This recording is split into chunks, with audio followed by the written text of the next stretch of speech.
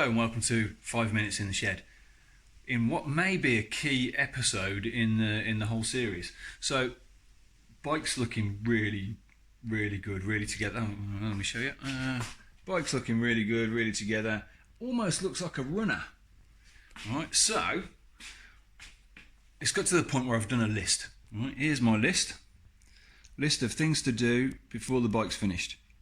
Alright, so look, my hand's shaking here. Look. List of things to do before the bike's shaking. So, before the bike is finished. Alright, so I've got my list and I'm going to cross stuff off the list as I do it. First thing on the list, exhaust silencer bracket, so the exhausts don't fall off when I start it. So let's get that done now.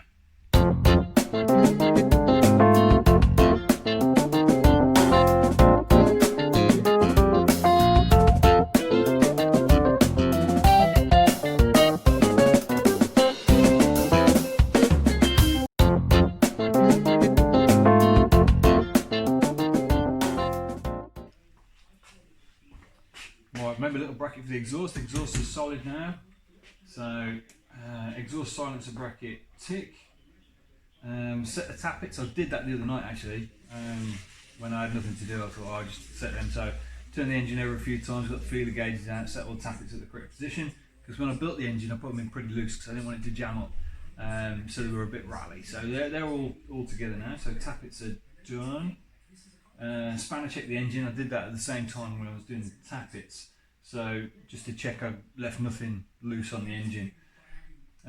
Check fluids in the engine and the gearbox. That I need to do.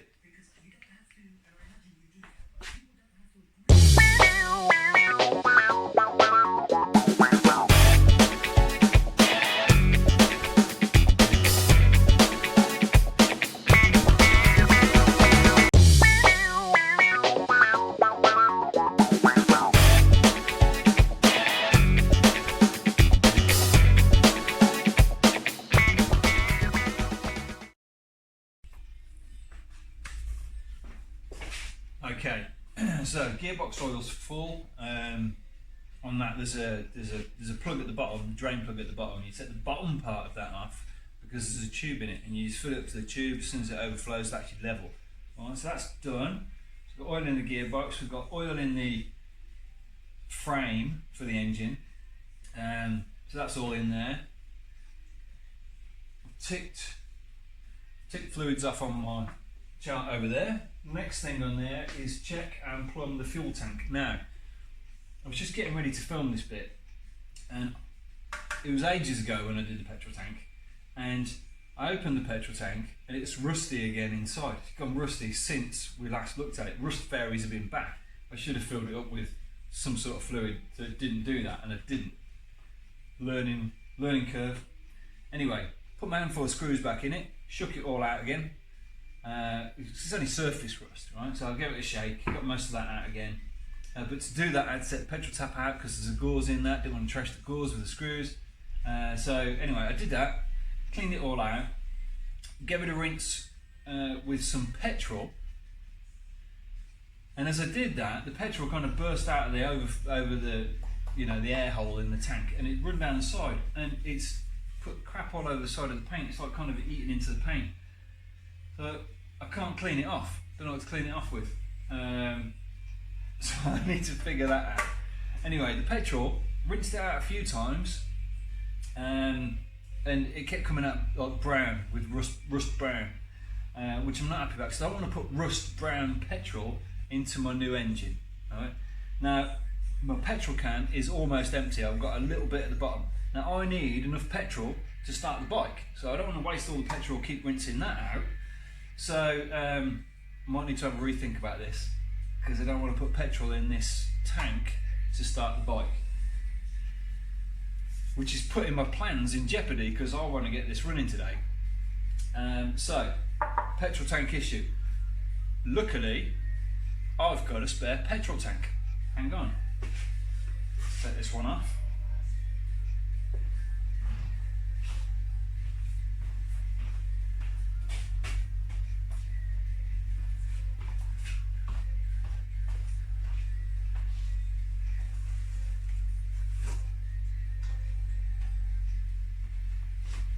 Now, I wasn't going to reveal this to the general public because I'm not sure you can cope with the shininess of it, right? But this is my polished aluminium CCM Stoker replica competition petrol tank, right? Now you may notice it's a lot thinner than the BSA steel tank that I'm taking off. This one's about a gallon and a half. You're only going to do about 60 miles on this tank, right? But it's okay for competition work. And that tank you're going to do over 100 miles. So it's not really a road bike tank. And I didn't want to put this on until I'd put like high level mud guards on it and made it a proper off-roader. So in off-road kit. But it's a brand new tank. It's nice and clean on the inside. I can put some fuel in this and not worry about contamination. So I think I'll put this tank on, get some fuel in it, and we'll use this tank to start the bike today. That's the plan. So tank goes on here.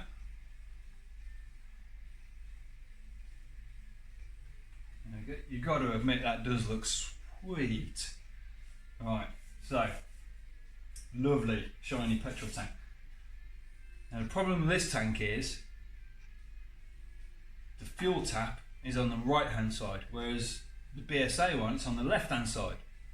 Now my dad built me this carburetor up, fantastic job. Put a fuel hose on it with crimp ends, barrel crimps on the ends, which really looks the part. And the pipe is here, right? You can see it's got, I don't know if you can see from there, but it's got lovely ends on it and everything. It's all there, ready to go. But it reaches the left-hand side of the petrol tank. And these monoblocks, the only way to fuel in is on that side. So I can't get it to meet that tap. And actually, that tap I've just noticed is very, very close to the rocker box. So what I don't want to do is cut this pipe off to get the fittings off it, because my dad's done a lovely job on it, and it will be going on the steel tank. So what can I do? I'll tell you what I can do. I'm going to steal the fuel line off one of my other Triumphs and fit it to this carb, because I think that'll fit. I'm going to take it off and we'll see.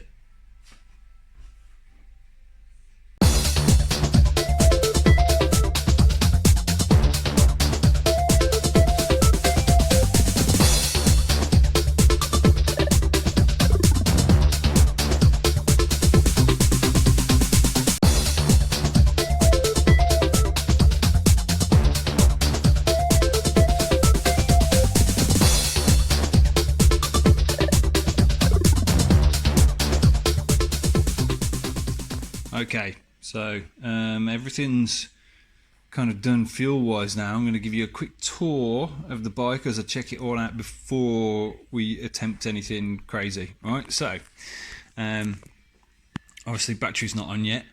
I've got the 12 volts to the points. These were all tested, and we've got all timed. I did change the timing a little bit. I changed it to starting to open the points just before top dead center rather than wide open at top dead center. Don't know if that's going to work. Don't know. We'll see. But I'll strobe time it afterwards anyway. We've got a clutch. We've got kick start. We've got gears. HT leads are all on. Engine spanner checked. All the tappits were checked. Tightened all the rocket caps so they're not going to fall off. This got copper tank. Look at that bad boy. Oh yes. I mean, you can't even see the tank. All you can see is me with a phone in my hand. Look at that. Fantastic. Right. So yeah, that's on. Right.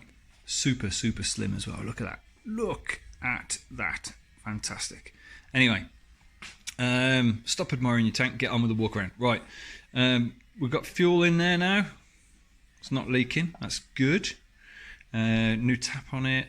I've got the fitting off my Tiger 90 on there. It just fits. Bit of a winner there. However, it's very close to that rock out there. Look at that. Hair's breadth. I mean, you know, if I just lean on the tank a little bit, it's going to touch it Might be a vibration point there. Gonna have a serious think about that. Carburetor's on, air cleaner's on, looks wicked. Exhaust, did I tighten the exhaust clamp? Yeah, exhaust tight. Still haven't got the primary cover on. I haven't got the primary cover on because I've got to put a gasket on it, seal it, and put oil in there. But what I have done when I was doing the timing, I marked top dead center on the rotor, and I've put 0 degrees, 10, 20, 30, 40 on the stator there. So when I strobe it, I can use those marks. So that should be pretty good. So that's all there, ready to go. I'm not sure how oily that chain and clutch is. I might make a mess when I start it, but it doesn't matter. It's going to leak oil anyway.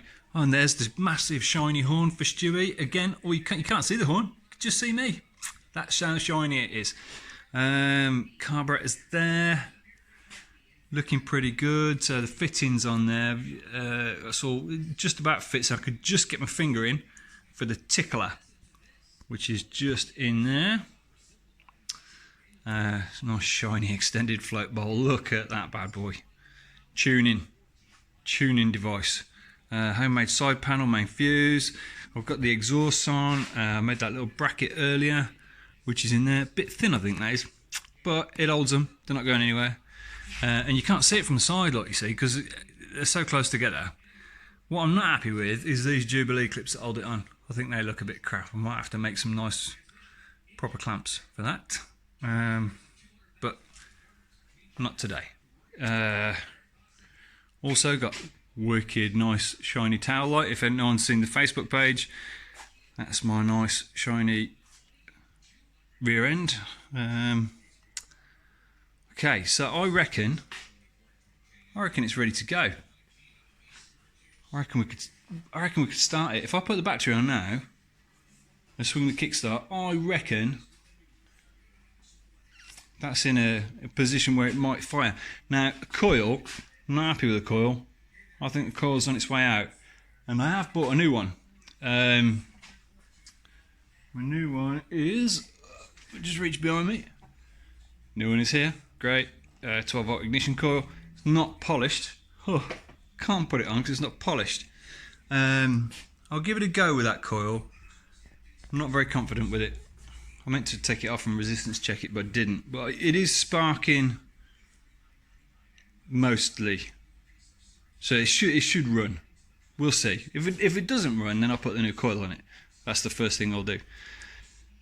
Okay, so I need 12 volts there. That's the next thing to do. So let's just go over to my list and check the list. Check Plumb fuel tank, done. Install battery when it's been charged. It is charged. I think we're at the point where I need to kick it like a donkey.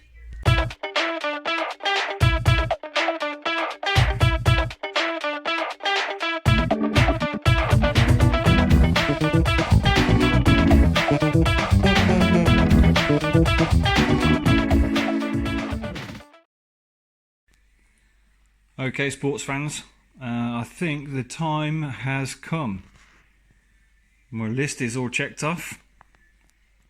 I've got power on it, I've got fuel in it, I've got oil in it. I think we're ready for a kickstart and see if it will go.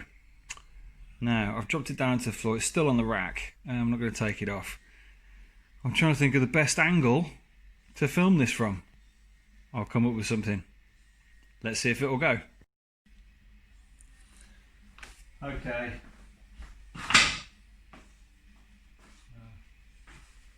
Bit more down.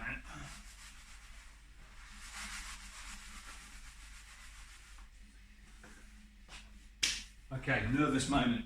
Hang on. Turn the radio off because this is serious business now. Okay. So, I've given you a nice view of it so you can see the whole bike. So, I started building this Christmas time, kind of in the Christmas holidays actually, at the start of this year. before we really knew about the global pandemic and all that kind of stuff, my initial plan was to film 5-minute segments because I thought I was going to be working all year, being super busy, and literally get 5 minutes in the shed. As it turned out, the whole world went kind of pear-shaped, and I sat at home a lot more than I thought I would, and I got more done. Right, so here we are in July, end of July. So this has been a 7-month build, which is complete teardown, to the nut and bolt restoration. Even though there's a load of nuts and bolts that are still a little bit crappy, I want to change. But yeah, 7 months in. I'll tell you exactly how long it's been. Hang on. It has been. It's been 34 millimeters of beard growth. That's what this has taken. So here we are. If it runs, I'll shave my chin. There we go. Right. I've procrastinated enough. As you can see, I'm a bit worried about starting it. Right? I am keeping it real. I said at the beginning of this, I will keep it real. And I am keeping it real. So if I turn the petrol tap on and it starts pouring petrol out, I'm going to have to stop. All right? I just don't know yet. All right? So this is a proper moment. We'll see how we get on. Okay? I'm not going to put it on fast with funky music. I'm just going to try it live. Well, not live. I'm recording it, but on camera. Right. Now you're all looking at your screens now. Say shut up and kickstart the bike. All right, I'll do it. So fuel on first.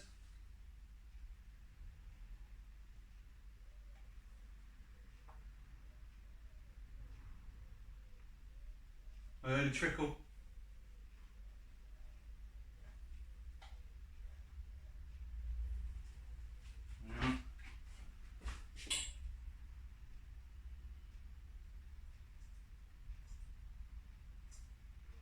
The tickler, I'm pressing the tickler and I can hear it hitting the float, which means the float's come up, which means there's fuel in the float bowl.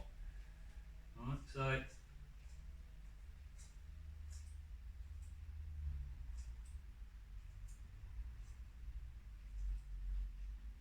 I've tickled it until I've got a wet finger. Alright, that means that the carburetor's flooded with fuel now. Now I've got to put the choke on. Ignition key. I would have forgotten that. Ignition on. That's the choke up, so I want choke down. Choke the engine. So choke's on.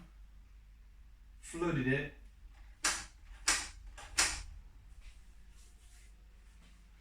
Wow! Here we go. Right.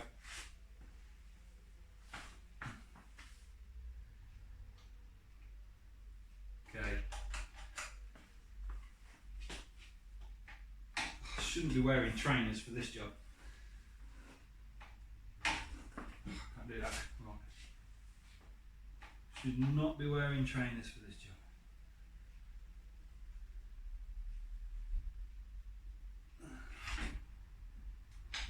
Bit of compression. Okay. Fingers crossed.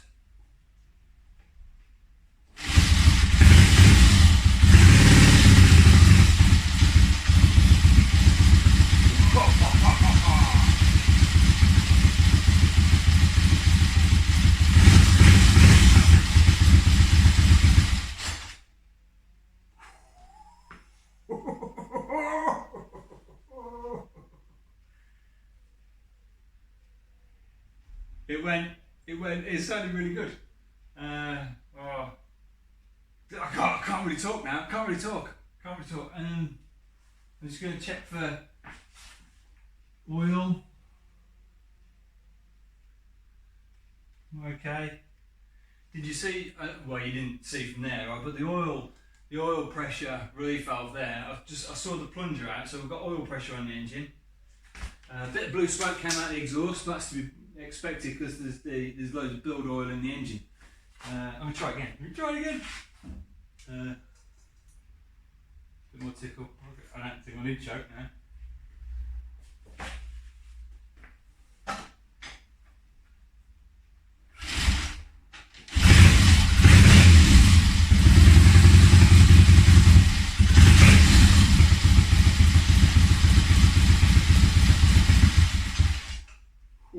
got to open a window.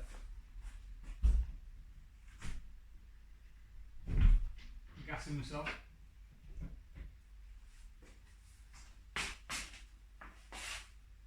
Hang on, open the door as well.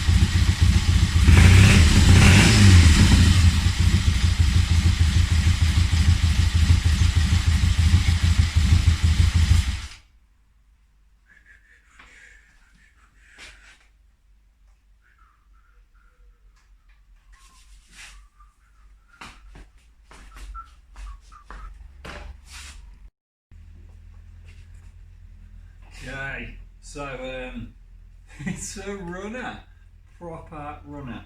It's been a little bit of a while, took a bit of time, calmed myself, had a cup of tea, I'm alright now.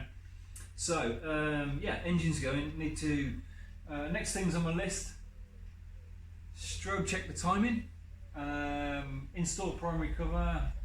What I've got to do, which I haven't thought about putting on board, is I need to check the battery's charging. So I need to do that with the engine running, because I have no idea if that alternator works or not. All right, so I'm going to test the battery now. So the battery, I've got 12.85 volts, right, which is pretty good. And then I'm going to switch the ignition on. That gives me 12.5 and going down because the coil will be charging, right? It's 12.4. Yeah, dropping down. 12.4. Okay, so let's see what happens then when we put the engine on, and we'll see what I'm getting coming from the alternator. I get to start it again. Right.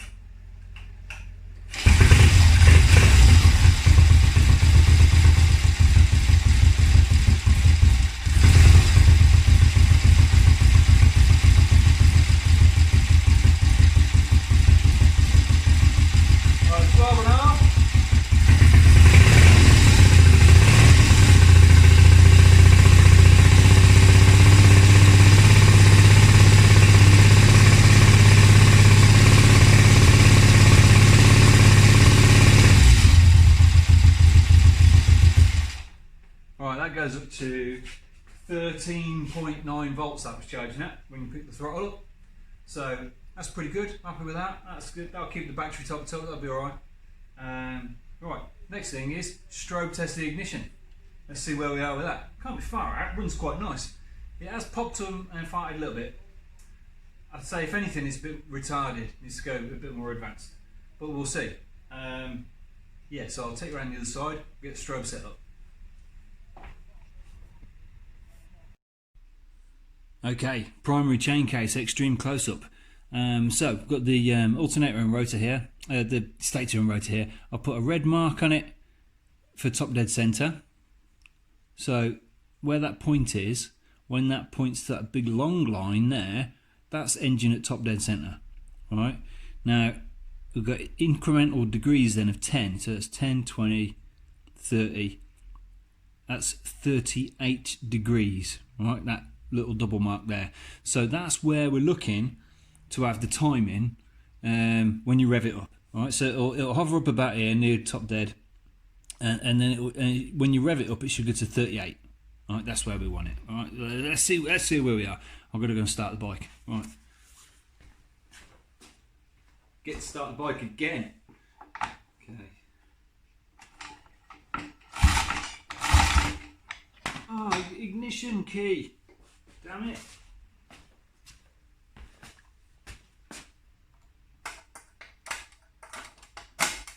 Try again.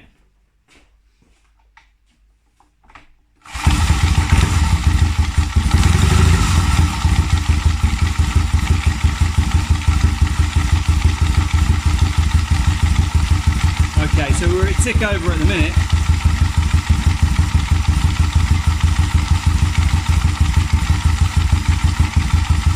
Now, I have no idea if this is going to come out on the camera or not. So you'll have to bear with me. Right, so tick over, that's sitting about 5-6 degrees before top dead centre. Right, so now I need to rev it and see if it goes to 38.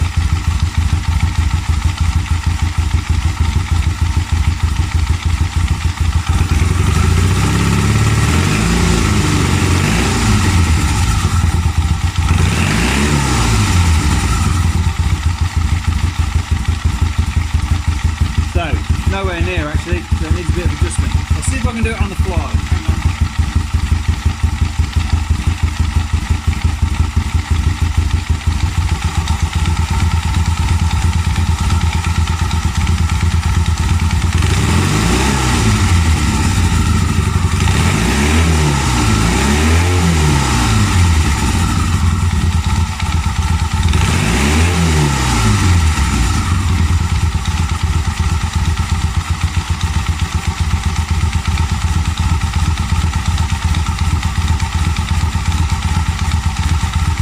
Well, that's pretty close, I think. Switch it off. That was pretty good. So you heard the tone of the engine change when I adjusted the timing then, and it went from firing near top dead, then it went back a bit and sat about 20 degrees, and then when I was revving it, it was getting up to 37, 38 degrees, something like that, which is pretty good. Actually, I'll tighten it up at that. Because that's a good starting place. I'll fine tune it a little bit later, I think, but that's pretty spot on. Also, remind me to fold that tab washer over when I've tightened that up. Still haven't done it yet. Yeah, great, awesome. Right, there we are. We've got one fantastically shiny running motorcycle, which is fantastic. I'm really pleased with it. So we checked the charging. Charging's going well. So the alternator's working, the electrics are working. Coil seems alright actually. Give it a go for a little bit. Then our strobe time the light. That's pretty good. Now what I have noticed, right? Now let me just bring you in here a little bit. Right, the distributor cap here, even though I don't know if you can see from there, even though it's set right now, there's a pinch bot here which tightens it up. Right, now I've gone as tight as I can with that, but I'm at maximum tightness and there's still a little bit of movement on the distributor, and I think with the vibration of the engine as I'm riding, it might drift a little bit. Right, so I need to take that clamp off, run a hacksaw through the middle of it to give me a bit more crush room so I can crush it properly. So I need to do that. What else do I need to do? I've noticed as I've been messing around with it and fettling around with it, there's a leak, oil leak. Obviously an oil leak because it's a Triumph. I'll show you where the oil leak is. For those of you, oh, that engine's warm. You may remember when I was building the engine, this rocker feed bolt where the pipe goes to the rocker covers, it was too long. The back one wasn't, but the front one was, and I had to stack it with these copper washers here. See those? Now that's gone very oily. I've cleaned it all off now, but it was a bit out of focus. But I don't know if it was leaking from the top bolt or the bottom bolt. Either way, I think it's leaking from around them copper washers somewhere. So I need to do something with that. I think a stack of copper washers isn't working. So I might need to make a spacer or something and take that out, put it back in again. And yeah, because the oil was leaking, and it was leaking over and then down by the exhaust port, and I got a drip coming out the bottom of the exhaust port. Let's move this around. Like, you can't really see. I was getting the drip coming out the bottom there. I thought, oh no way, I've got oil pouring out of my exhaust port, and it's not. It was coming from here down here and dribbling down the fins. So I've just cleaned it all off with brake cleaner. But yeah, I need to do something with those copper washers. Yeah, you know, you spot a problem when you're building it, and obviously it is a problem. And I thought, nah, it'll be alright. It wasn't alright. So yeah, so there we are. Yeah, I'm sure I'll find other oil leaks as I get into it. But it's pretty good now. It is blowing a little bit of oil out of the breather pipe. Just a little bit of oil blowing out of that. Not too worried about it really. So next job then will be to button it all up. So I need the side panels on. I'm not happy with these battery terminals on the outside. I think they might catch on the panel. I might do something with that. I might make a proper strap for the battery instead of a bungee cord, because that looks a bit pants. Then I need to what do we need to do? Yeah, spanner check everything, and then round on this side I need to put all the primary cover on. Once the primary cover's on, then I can put the foot pegs on and foot peg rubbers and all back brake and all that kind of stuff. So there we are. That was a long 5 minutes in the shed, but it was an epic 5 minutes in the shed that I'm very, very pleased with. So yeah, I mean, next episode you don't even have to watch it. You know what I mean? Don't even have to watch it now. You can tune out, unsubscribe, bike's finished. I'll let you know what the next project is. Have a good day.